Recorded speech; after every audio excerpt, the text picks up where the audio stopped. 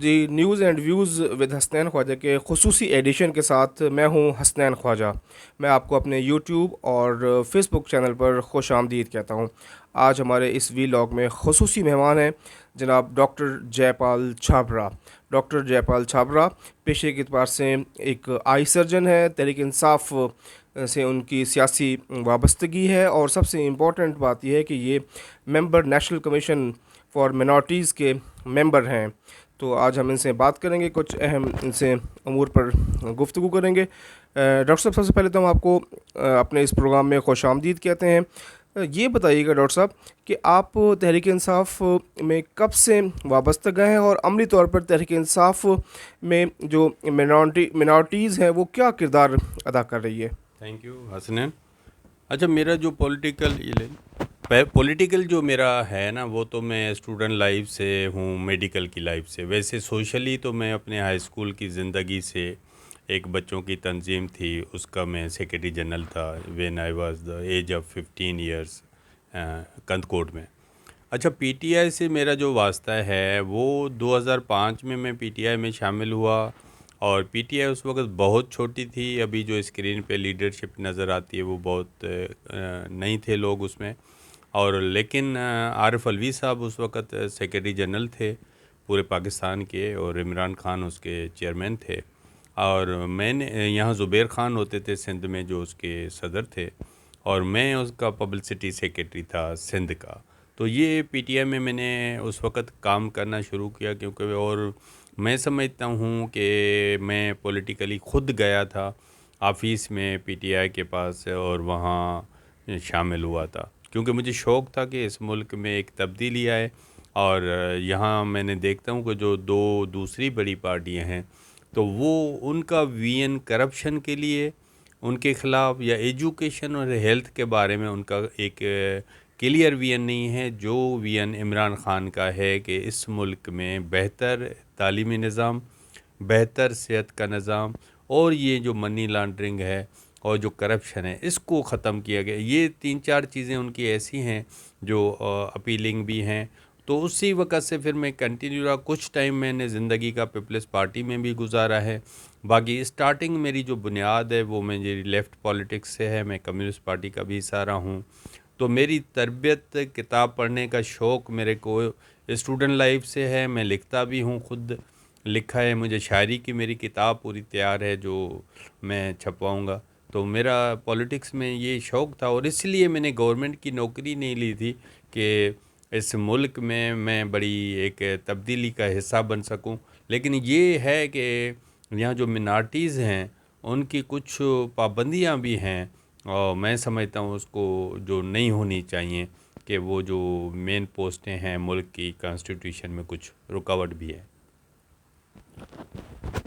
जी doctor साहब, जैसे आपने बताया कि आपका ताल्लुक़ सियासी जमात से है और तहरीक इंसाफ इमरान खान साहब के आप नज़रिए से बहुत आप उससे आपने इम्पोर्टेंट समझा और आप उसके नज़रिए और मंशूर को लेकर तहरीक इंसाफ में आपने शमूलियत इख्तियार की। इन दिनों आपको मालूम है जैसे पाकिस्तान में तहरीक अदम एतमाद के ज़रिए एक रजीम चेंज की बातें की जा रही है। इमरान हुकूमत का मरकज़ से भी ख़ात्मा हुआ है, पंजाब से भी ख़ात्मा हुआ है। तो इस हुकूमत की तब्दीली पर ख़ास तौर पे हिंदू कम्युनिटी पाकिस्तान भर में जो मुक़ीम है, उसके आप किस तरह के जज़्बात को आप बयान करेंगे? मैं समझता हूँ जो इमरान खान साहब हैं वो अपनी क्रिकेट वाली लाइफ से हमेशा कॉन्फिडेंट रहे हैं, ऑप्टिमिस्ट रहे हैं, और आखिरी गेंद तक खेलने वाले हैं कि मैं हारना नहीं है। तो इसलिए वो सियासत में भी उनका यही है कि मुझे इस निज़ाम को बदल लेना है। इसी इलेक्शन से अभी जो पंजाब की हुई है, इससे पहले तमाम टीवी चैनल जो भी तबसरे कर रहे थे, तो कोई भी ये नहीं कह रहा था कि पीटीआई इतनी सीटें ले लेगी। लेकिन हमारे लीडर जो चेयरमैन इमरान खान हैं वो बहुत उस पे उनको एतमाद था कि ये मैं सीटें बिल्कुल निकालूंगा, और उन्होंने निकाल के दिखाई, ये साबित किया। और वो ऑप्टिमिस्ट हैं, कॉन्फिडेंस से, और आखिरी गेंद तक जो उनका खेलने का तरीक़ेकार है। अभी भी मैं समझता हूँ इस पाकिस्तान को अगर कोई इसकी करप्शन की दलदल से निकाल सकता है, और जो बेहतर सेहत का निज़ाम, जैसे उन्होंने शौकत खानम हॉस्पिटल का एक निज़ाम दिया है, ऐसे हॉस्पिटल मुल्क में तमाम जो हमारे सरकारी गवर्नमेंट हॉस्पिटल हैं इनको भी बेहतर किया जा सकता है। अगर अदीब रिजवी जैसा आदमी, अगर बारी जैसा आदमी जो इंडस के CEO हैं, ऐसे लोगों को ये हम हॉस्पिटल दे दें तो पूरे मुल्क का भी जो निज़ाम है सेहत का वो बेहतर हो सकता है। एजुकेशन का सिस्टम बेहतर किया जा सकता है, क्योंकि तालीमी निज़ाम बिल्कुल हमारा बैठ गया है।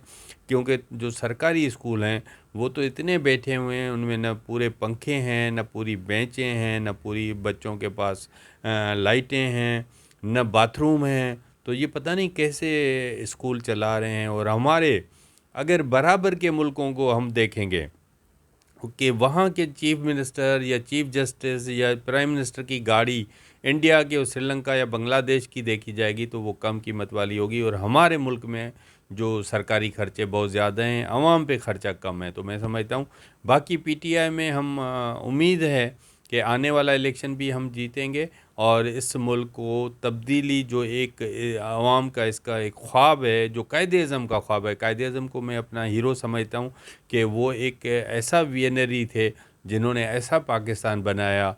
और जो पहला जो पाकिस्तान का वज़ीर लॉ मिनिस्टर था वो एक हिंदू को बनाया, जोगेंद्र नाथ मंडल। तो ये कायद-ए-आज़म का जो विज़न है, और सिर्फ जोगेंद्र नाथ मंडल को उन्होंने लॉ मिनिस्टर नहीं बनाया, लेबर मिनिस्टर भी बनाया। वो पहला स्पीकर भी था असेंबली का। और उनको कश्मीर कमेटी का भी, जब 48 में लड़ाई हुई थी हिंदुस्तान पाकिस्तान की, तो पहला कश्मीर कमेटी का चेयरमैन भी कायद-ए-आज़म ने उनको बनाया। उसी को नज़र में रखते हुए मैंने अपनी मिनार्टी कमीशन में मुतालबा किया था कि अभी वक्त की ज़रूरत है तो कि कश्मीर कमेटी का चेयरमैन आप हिंदू को बनाएं और ये ज़िम्मेदारी मुझे दें, तो हम कश्मीर का मसला हल कर सकते हैं।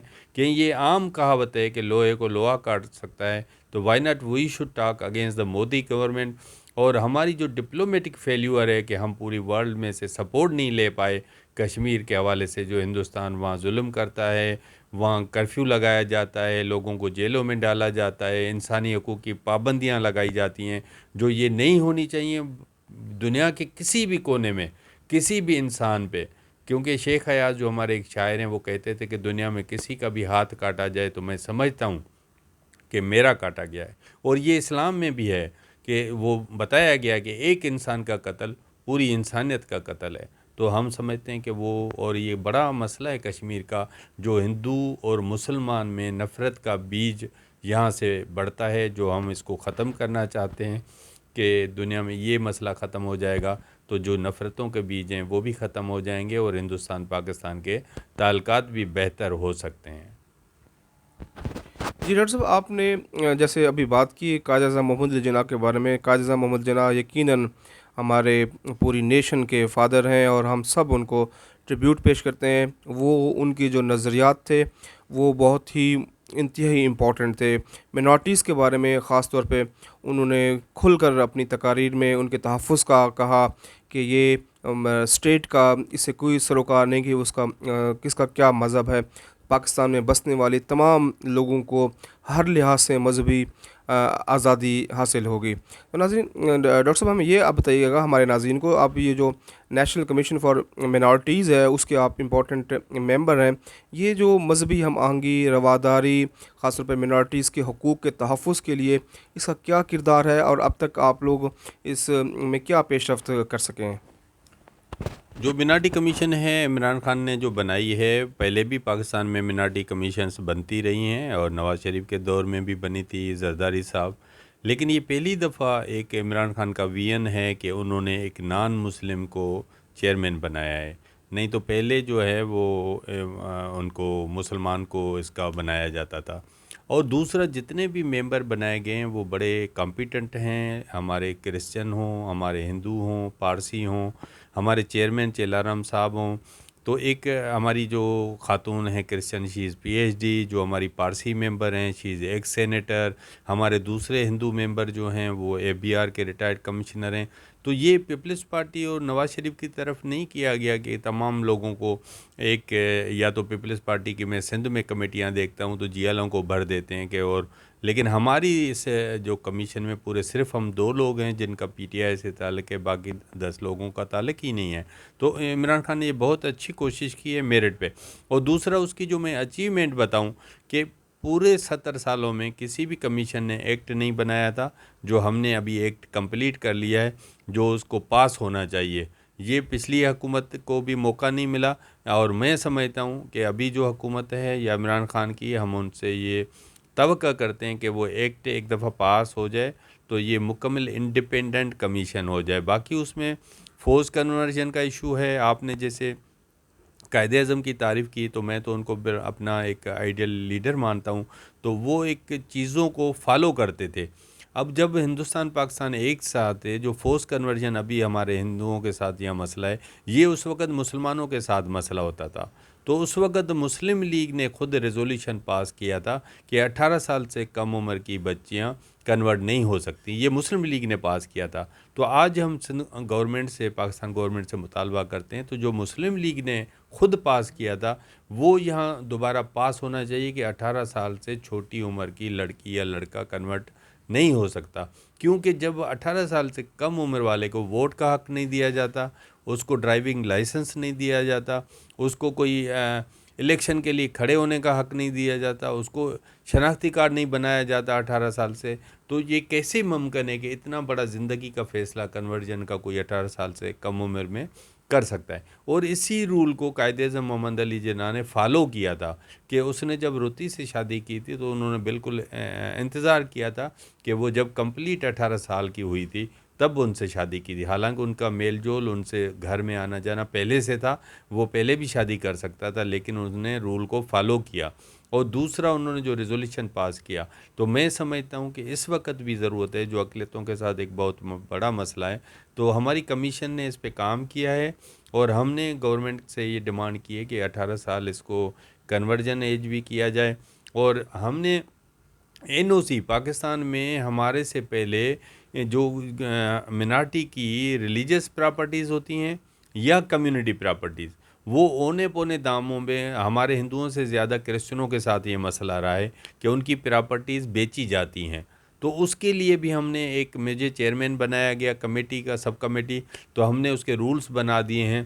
तो अभी हमारे रूल्स बनाने के बाद कोई भी मतलब चोरी करके ऐसा प्रॉपर्टी बेच नहीं सकता। हमने उसका ये बनाया कि कोई भी प्रॉपर्टी रिलीजियस हो या हमारी कम्युनिटी की हो, तो वो पहले तो वो जो जिस बोर्ड, जिस कमेटी के नाम है, वो हमें एप्लीकेशन देंगे कमीशन को, क्योंकि ये पाकिस्तान में लॉ है कि उसकी एनओसी कमीशन को देनी है। ये ऑलरेडी एक लॉ है। जब हमारी कमीशन नहीं बनी थी, तो अतर मिनल्ला ने, जो इस्लामाबाद हाई कोर्ट के चीफ जस्टिस हैं, उन्होंने एक हमारे पास एक ऐसा इशू भेजा था, जो सैल्वेशन आर्मी लाहौर में 240 मिलियन की प्रॉपर्टी बेचना चाहती थी, तो उसको एनओसी हमें देना पड़ी, क्योंकि ये कमीशन को ही देना है। तो हमने पहला तो रूल वो बना दिया जो मैंने बता दिया कि वो उनका हमारे पास एप्लीकेशन आना ज़रूरी है। दूसरा, हम डिप्टी कमिश्नर लोकल से ये मालूम करेंगे कि वाकई ये प्रॉपर्टी इनके नाम है या नहीं है। तीसरा, वो हमें एफिडेविट भी लिख के देंगे कि ये प्रॉपर्टी अगर बेचेंगे तो इसमें से जो आमदनी होगी वो अपनी ज़ात पे कोई भी खर्च नहीं कर सकता, वो अपनी कम्युनिटी पे खर्च होंगे वो पैसे। तो ये हमें उनसे एफिडेविट लेंगे, और बेचने से पहले उनको जंग और डान में एडवर्टाइज़ भी करना पड़ेगा कि उसका रेट प्रॉपर मिले, कि वो ऐसे नहीं कि वो पैसे खा जाएं। आखिरी हमने उसमें ये भी लिखा है, अगर वो हमें मिसगाइड करेंगे, मिस इन्फॉर्म करेंगे या रॉन्ग स्टेटमेंट देंगे, तो अकॉर्डिंग लॉ उनको पनिशमेंट भी होगी। तो ये 70 सालों में हमारी अचीवमेंट है कि हमारी कमीशन ने ये चीज़ बना के अपनी कम्युनिटी को दी है। जी डॉक्टर साहब, आपसे अब आखिरी सवाल हम करेंगे। एक तो पाकिस्तान में अब कोरोना की लहर में एक मरतबा फिर शिदत आई है। ख़ास तौर पे हमने देखा कि तमाम जो कम्युनिटी है, हुकूमत पाकिस्तान है, हेल्थ मिनिस्टर हैं, वो आवाम से ये अपील कर रहे हैं कि बूस्टर डोज़ लगवाएं। लेकिन हम देख रहे हैं कि लोग बूस्टर डोज़ लगवाने में हिचकिचाहट का मुज़ाहरा कर रहे हैं। एक तो उन्हें ये बताइए कि बूस्टर डोज़ लगवाने से किसी किस्म का कोई इसमें साइड इफ़ेक्ट्स नहीं है, कोई नुकसान नहीं है। दूसरा, आपकी बहुत बड़ी फॉलोइंग है। इसी सवाल के एंड में आप हमारे आपके जो देखने वाले हैं उन्हें ये अपील कीजिएगा कि हमारा जो यूट्यूब चैनल है news and views with Hasnain Khwaja, उसको सब्सक्राइब भी करें, लाइक भी करें और कमेंट भी करें। अच्छा, ये जो आपने सब बहुत इम्पोर्टेंट सवाल पूछा है। मैं एसोसिएटेड हूँ पाकिस्तान मेडिकल एसोसिएशन का भी, उसकी जो मंथली मैगज़ीन है, मैं 4 साल उसका एडिटर रहा हूँ। और डॉक्टर ईसा लेबॉर्ट्री में मैं एज अ क्लस्टर मैनेजर भी हूँ। तो ये बूस्टर डोज़ की वैक्सीन और तमाम दूसरी वैक्सीन्स है। ईसा लैब में तो ईपीआई के तमाम वैक्सीन भी लगाई जा रही हैं, और पीएमए हाउस के अंदर booster dose free of cost भी लगाया जा रहा है, और ईसा लैब में भी फ्री ऑफ कास्ट लगाया जा रहा है। तो लोगों को लगाना चाहिए। और दूसरा ये आपने पूछा कि ये बहुत इम्पॉर्टेंट है, जैसे बच्चों के वैक्सीन इम्पॉर्टेंट है, क्योंकि आप देखेंगे कि दुनिया में हम फेल हैं, इसलिए कि अभी तक हम टीबी फ्री नहीं हैं, हम पोलियो फ्री नहीं हैं। दुनिया में 2 मुल्क बच गए हैं, एक अफ़गानिस्तान और एक पाकिस्तान, जो पोलियो फ्री नहीं है। तो ये बड़े शर्म की बात है। और वैक्सीन कोई भी हो, वो ज़िंदगी देती है, ज़िंदगी लेती नहीं है। हमारे आप देखेंगे चिकन पॉक्स किसी ज़माने में होती थी, स्मॉल पॉक्स होती थी, अभी वो ख़त्म हो गई हैं। स्मॉल पॉक्स नहीं होती, क्योंकि वो वैक्सीन की वजह से ख़त्म हुई हैं। तो जो टीबी कम हुई है वो हमारे वैक्सीन लगते हैं, हेपेटाइटिस के वैक्सीन लगते। तो ये तमाम लोगों को कोरोना के वैक्सीन, जो हमारे यहाँ मिथ फैलाया जाता है कि इसके कोई नुकसान आते हैं, कोई नुकसान नहीं है। मेरी फैमिली में तमाम मेंबरों ने, मैंने खुद बूस्टर 2 डोज़ लगाए हैं। तो ये तमाम लोगों को मैं अपील करता हूँ कि आप लगाएं, क्योंकि नहीं लगाएंगे तो ये पाकिस्तान के लिए। और हमारे यहाँ मैं एक चीज़ बता दूँ कि हमारे मुल्क में अगर प्रिवेंशन पे काम नहीं हो रहा, इसलिए हमारा हेल्थ का जो बीमारियों, आप सिविल जिना में जाते हैं तो पूरा बेड नहीं मिलता लोगों को, दवाई नहीं मिलती। उसका रीज़न ये है, अगर हम प्रिवेंशन पे काम करें तो हमारा हेल्थ बजट भी बचेगा और तमाम लोगों को सहूलत भी मिलेगी।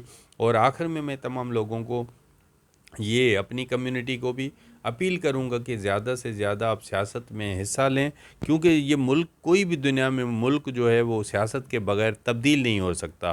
कुछ लोग ये उसकी वो करते हैं कि भाई सियासत जो है वो एक ऐसा काम है जो हम नहीं करना चाहते, लेकिन आपको करनी पड़ेगी अगर आप चाहते हैं ये मुआशरा पाक साफ़ हो, करप्शन फ्री हो, ईमानदार लोग आएँ। क्योंकि ये दुनिया में मशहूर एक कहावत है कि अगर आप हिस्सा नहीं लेंगे तो आपके जो ऊपर हुक्मरान होंगे वो चोर होंगे, डाकू होंगे, क्योंकि आप हिस्सा नहीं ले रहे। तो इसलिए तमाम ईमानदार लोगों को, पढ़े लिखे लोगों को आगे आना चाहिए, वो भरपूर हिस्सा लें। और सियासी पार्टियों को भी चाहिए कि वो मेरिट अपना, क्योंकि इस वक्त कंप्लीट मेरिट किसी भी सियासी पार्टी में नहीं है, तो मेरिट का होना भी ज़रूरी है कि वो अहलियत पे अपने मेंबरों को लाएं, और उन मेंबरों को लाएं जो कम्युनिटी में माजी में भी काम किया है और मुस्तकबिल में भी काम करना चाहते हैं। तो मैं चाहता हूं कि मैं इस चैनल की भी अपील करता हूं लोगों को, तो आप इसको ज़रूर देखें और इसको सब्सक्राइब करें कि जो भी हमारे अभी ये सोशल मीडिया में इतने जो चैनल हैं जो गवर्नमेंट से भी ज़्यादा आवाम को इन्फॉर्मेशन भी दे रहे हैं, पॉजिटिव रिपोर्टिंग कर रहे हैं, तो इनको हमें इनकी हिम्मत अफजाई करनी चाहिए कि ये ज़्यादा से ज़्यादा बढ़ें। तो इनका भी एक रोल है कि हम सोसाइटी को बेहतर कर पाएँ। जी नाज़रीन, आपने डॉक्टर साहब की बात सुनी। डॉक्टर साहब, आपका बहुत शुक्रिया, आपने हमें कीमती वक्त दिया। मेरी आपसे, सबसे देखने वालों से यही गुजारिश है कि आप हमारे चैनल को सब्सक्राइब करें, लाइक करें, कमेंट करें और शेयर करें। आज के इस वीलॉग के बारे में डॉक्टर साहब ने जो गुफ्तगू की है उसके बारे में कमेंट्स में हमें ज़रूर आगाह कीजिएगा। कोई तजावीज़ आप देना चाहें, फ़ीडबैक, हम आपके फ़ीडबैक की, तजावीज़ की, सजेशंस की के मुंतज़र रहेंगे। आज के लिए इतना ही। अपना, अपने दोस्तों का, रिश्तेदारों का, फैमिली का, सबका बहुत ख्याल रखिएगा। तब तक के लिए अल्लाह हाफ़िज़। Thank you.